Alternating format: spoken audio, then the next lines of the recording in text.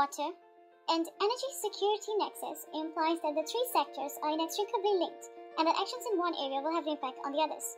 Food security is the availability and access to sufficient, safe, and nutritious food to meet the dietary needs. Water security is the access to safe drinking water and sanitation. Energy security is defined as the access to clean, reliable, and affordable energy services. Allow me to introduce the element carbon. It is in our air, food, body, and fuel. Now, according to the second law of thermodynamics, the Earth is an isolated system. Thus, the amount of energy is constant, but the quality of the energy continues to degrade over time. The big question is, how do we sustain the planet? The Earth receives 100,000 terawatt of energy from the Sun, but only needs 18 terawatt of energy. If all the solar energy from the Sun can be captured, it will last for a year. But can we depend entirely on solar energy? Unfortunately, the answer is no. Why? The Sun doesn't shine all the time. The global position affects the sunlight exposure, and the batteries are unable to store the energy. So, what is the breakthrough? Let us take a look at plants. The most vital process here is photosynthesis. This is nature's perfect way to capture sunlight and harvest solar energy. Now, according to the biosphere energy flow, the plants or producers receive 100% of the energy. However, the primary consumers receive 10% of the energy, and the secondary consumers only receive 1% of the energy. Thus, decreasing energy is available for the next trophic level.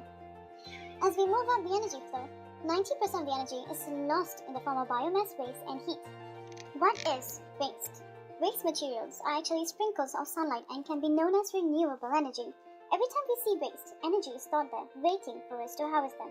But often we don't, because it's disgusting, dirty, superfluous, and uncomfortable.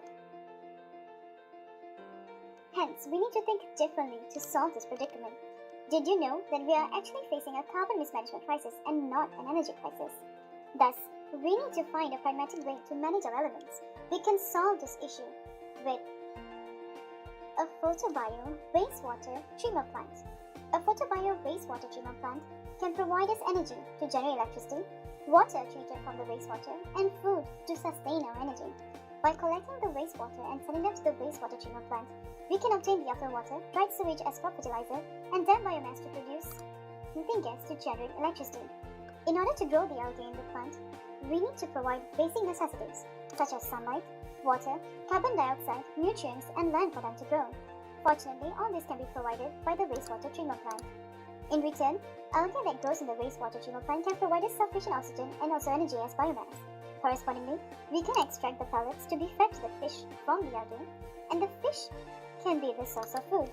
Other than that, we can also extract biofuel from the algae to be used as energy. The end waste product from the wastewater treatment process is the dried waste, where we can use them to produce methane gas to generate energy in terms of biogas. Meanwhile, we can also use them as fertilizer to our crops in order to produce more food. On the other hand, the product of our wastewater treatment process is the effluent water. Drinking water can be produced from the effluent water after undergoing some chlorination process. Likewise, we can also use the water directly to water our crops and also the landscape. But is it possible to apply this solution in our country? Yes. But what is the actual problem faced by our country today? Well, in Malaysia, we have many sectors that need to work together.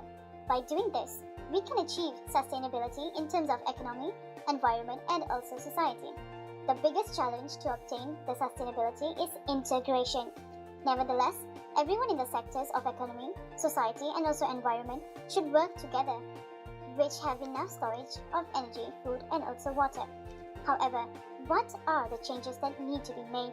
We can begin this from the sector of education, where the government plays an important role to introduce new environments based on curriculum in the education system and the basic recycling lessons to everyone so that they are aware about the importance of it. Furthermore, as a society, we need to know the importance of recycling, reusing, and also reducing. By doing so, we can sustain the usage of energy, food, and also water. Finally, we need to remind ourselves every time to manage the elements, because we believe the future is bright for us.